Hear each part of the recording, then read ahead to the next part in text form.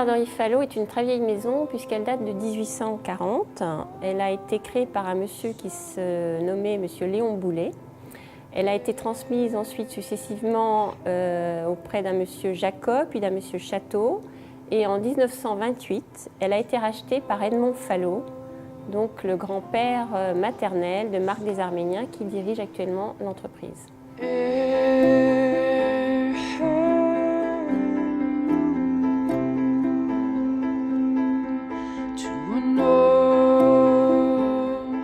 Le procédé de fabrication est assez simple puisqu'il faut 3 ingrédients de base.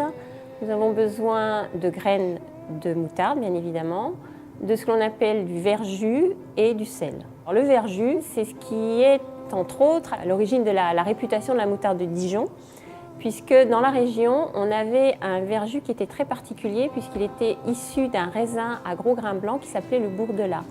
Et il est vrai que grâce à ce verjus, la saveur de la moutarde fabriquée dans la région était vraiment particulière et s'est très vite distinguée de ce qu'on pouvait fabriquer ailleurs en France.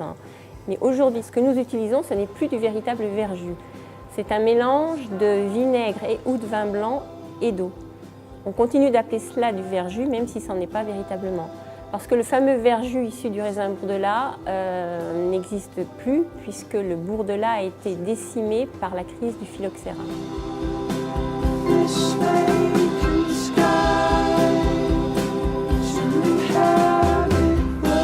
Alors, la particularité de notre maison, c'est que nous travaillons toujours de manière artisanale, avec un procédé ancestral, puisque nous utilisons des meules de pierre. Et en fait, l'usage de ces meules de pierre a pour but essentiel de limiter l'échauffement de la pâte. Parce qu'il faut savoir que la graine de moutarde est très sensible à la chaleur et si on la chauffe trop, il y a un processus chimique qui se réalise pendant la fabrication qui ne va pas pouvoir arriver à sa complète réalisation. Écraser les meules à vitesse relativement réduite permet de limiter l'échauffement des graines et de faire en sorte que le processus chimique se réalise complètement. Parce que dans la graine, vous avez des substances qui sont en présence l'une de l'autre mais qui n'interagissent pas. Il faut les mettre dans un milieu liquide. Donc quand on fabrique la moutarde, on plonge les graines dans du verjus, ce qui fait que la réaction chimique va s'enclencher et en limitant l'échauffement, on va avoir une moutarde qui va être très forte et très piquante. C'est un peu la particularité de nos produits, puisqu'on a vraiment des produits qui sont très forts et très piquants.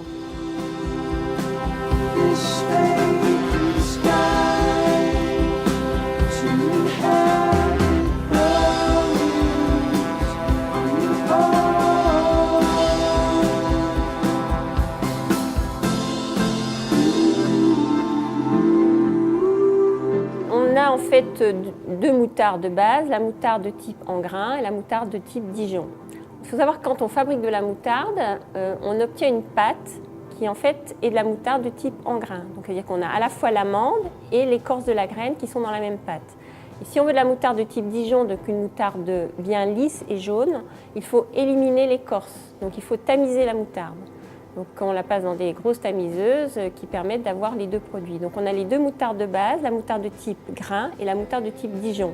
Et à ces 2 moutardes, on peut ajouter absolument toutes les aromatisations que l'on souhaite. On a d'autres produits qui sont aussi dont on est très fiers, notamment la fameuse moutarde de Bourgogne, qui aujourd'hui est une indication géographique protégée et qui a la particularité d'être réalisée avec des graines qui sont cultivées dans la région, du vin blanc aligoté de Bourgogne et qu'elle soit nécessairement transformée sur le territoire bourguignon. Il faut savoir que la moutarde de Dijon est une appellation qui n'est pas protégée. On peut fabriquer de la moutarde de Dijon partout dans le monde dès l'instant qu'on respecte une recette en quelque sorte.